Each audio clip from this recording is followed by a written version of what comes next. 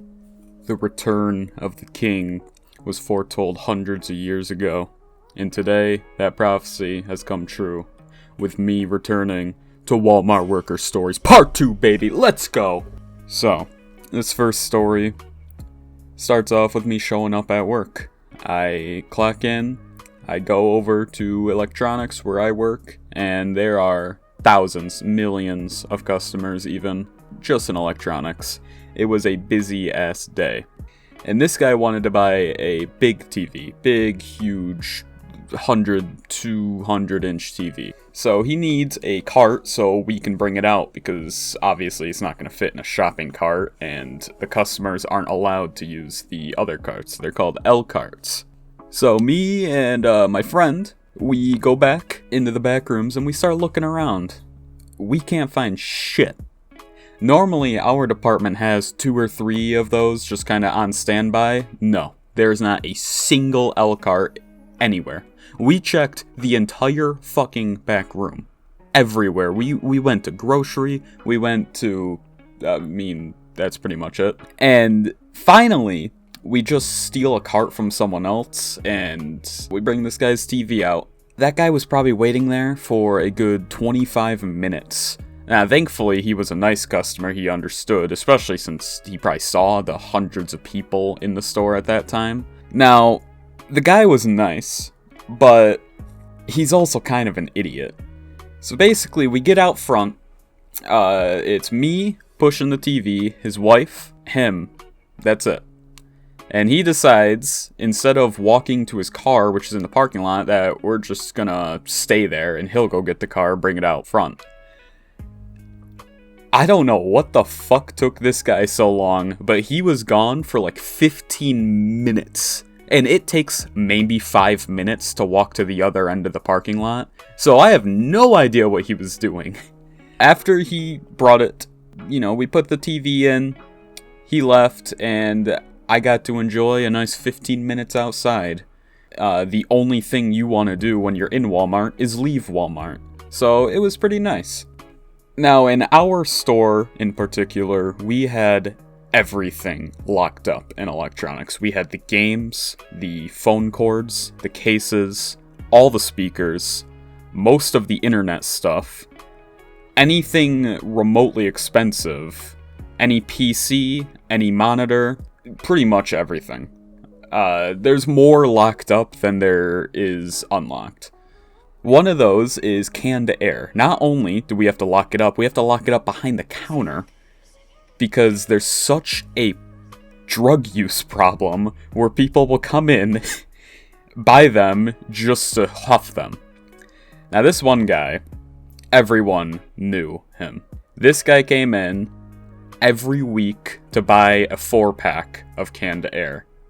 And he memorized the price, he had the exact change, everything. And everyone knew he was just huffing it.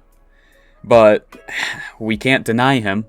We can deny selling him more than 4 at a time, but we cannot deny selling him them.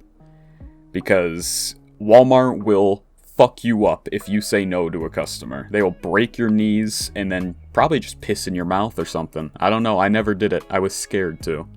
So anyways, this guy walks in, buys his 4-pack of air, gives me the exact change, and I say to him, "Hey, get a nice high off that." No, I'm kidding. He walks off. Turns out later, I learned this from another worker, he was found in a nearby CVS in the bathroom, and he overdosed on canned air. He didn't die, as far as I know.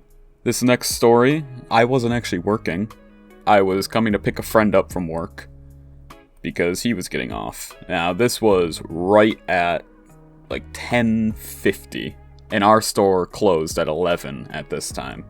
I was in electronics. I was the only person in electronics, except for a lady, another customer, of course, and she was walking around, tweaking out hard. She was, kind of jogging throughout the department looking for something, and I could have helped her. I knew the department like the back of my hand. I could have helped her, and I didn't, because I didn't fucking feel like it. I'm not being paid for this shit. And also, she did not give off good vibes. Yeah, she was on something, if I had to guess meth. And she was just acting crazy. At one point, she was like talking to herself. I don't know. It was weird. When I met my friend later, turns out he was helping her, or at least she was asking him for help. And he could tell that she was on something. So at one point, he kind of just left. He disappeared without her seeing, and he clocked out. And electronics was unmanned. He had already gotten done all the work he needed done. So he figured, yeah, fuck this person. I don't even know what she was looking for, but I do remember that we did not have it. We have never had it, and we never will have it. I wish I could remember exactly what it was, but it was something that I had never heard of before, so it's hard to remember. I had quite a few bosses throughout my time at Walmart, but my last one was probably my favorite. He was real nice.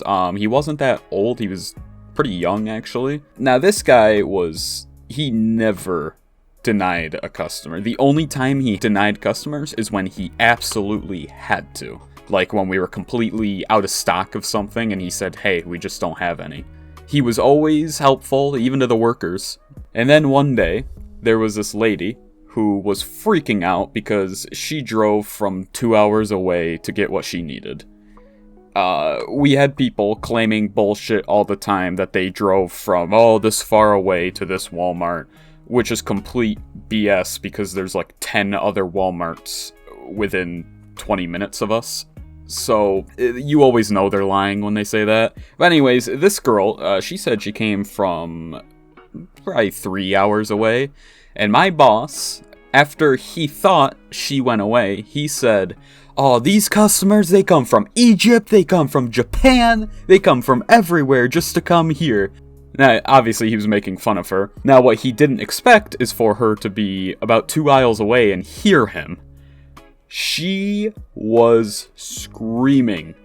She demanded his boss. So, one of the highest people at the store comes, takes him out back, and pretty much tells him, hey, I'm not gonna do shit to you. I'm just holding you back here to act like I'm yelling at you, so she's happy.